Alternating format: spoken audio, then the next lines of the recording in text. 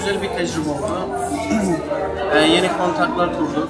İşimizi geliştirme anlamında bayağı bir mesafe kat ettik. İleride PVC sektörü için iyi bir pazar olabileceğini düşünüyoruz. Pozitif çelik kapı olarak Gana Fuarı'ndan oldukça memnun ayrılıyoruz. Stratejik noktasında, iş yapılabileceği noktasında ciddi umutların olduğuna inanıyorum. Beklentilerimizin çok üzerinde bir fuar gerçekleştirdik. We are happy.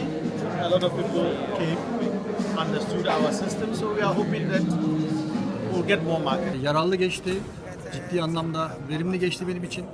Gerçekten bizim sektörümüzde iş yapabileceğimiz bir yer.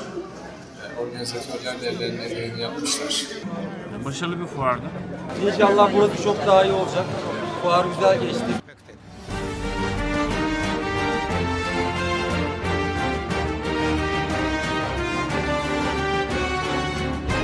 Fuarı bizim için çok verimli geçti ve herkese de bu fuara katılmasını tavsiye ediyorum. Herkese tavsiye ediyorum. Seneye de inşallah o da fuara katılır. İnşallah herkes tavsiye ediyor. Organizatörlerimize teşekkür ediyoruz. Umarız bu organizasyonların devamını diliyoruz. Boğaziçi Fuarcı'nın çabaları yararlı oldu. Önemli bağlantılar kurduk. Teşekkür ederiz.